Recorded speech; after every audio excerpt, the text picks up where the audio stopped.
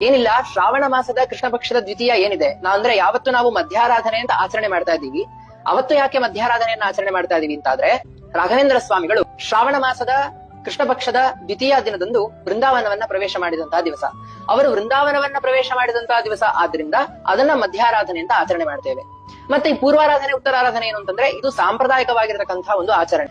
ಈ 3 ದಿವಸಗಳಲ್ಲಿ ನಾವು ಏನೇ ಸೇವೆಯನ್ನ ಮಾಡ್ಲಿ, ಅವರ ಸ್ಮರಣೆಯನ್ನ ಮಾಡೋದಾಗಿರ್ಬೋದು, ಅಥವಾ ಅವರ ವೃಂದಾವನಕ್ಕೆ ಪ್ರದಕ್ಷಿಣೆ ನಮಸ್ಕಾರ ಹಾಕುವಂತಹದ್ದಾಗಿರ್ಬೋದು, ಭಕ್ತಿಯಿಂದ ದೀಪವನ್ನ ಹಚ್ಚೋದಾಗಿರ್ಬೋದು, ಅವರ ಸ್ತೋತ್ರಗಳನ್ನ ಪಾರಾಯಣ ಮಾಡುವಂತಹದ್ದಾಗಿರ್ಬೋದು, ಯಾವುದೇ ರೀತಿಯಾಗಿರ್ತಕ್ಕಂತಹ ಸೇವೆ ಆಗಿದ್ರೂ ಕೂಡ ಈ 3 ದಿನಗಳಲ್ಲಿ ಅತ್ಯದ್ಭುತವಾಗಿರ್ತಕ್ಕಂತಹ ಫಲವನ್ನ ಕೊಡ್ತಾರೆ. ಹಾಗಾದ್ರೆ ವರ್ಷ ಪೂರ್ತಿ ಕೊಡಲ್ವೇನು ಅಂದ್ರೆ, ವರ್ಷ ಪೂರ್ತಿ ನಾವೇನು ಸೇವೆ ಮಾಡಿದ್ದೀವಿ ಅವಾಗ ಯಾವ ರೀತಿ ಫಲ ಸಿಗತ್ತೋ ಅದಕ್ಕಿಂತ ಹೆಚ್ಚು ಈ ಕಾಲದಲ್ಲಿ ನಾವು ಅವರ ಸ್ಮರಣೆ, ವಿಶೇಷವಾಗಿ ಅವರ ಸೇವೆ, ದೀಪ ಪ್ರಜ್ವಾಲನೆ ಮೊದಲಾಗಿರತಕ್ಕಂತಹ ಸೇವೆಗಳನ್ನ ಮಾಡೋದ್ರಿಂದ ಇನ್ನೂ ಹೆಚ್ಚು ಫಲವನ್ನ ನಾವು ಪಡೆದುಕೊಳ್ಳಲಿಕ್ಕೆ ಸಾಮರ್ಥ್ಯ ಇದೆ.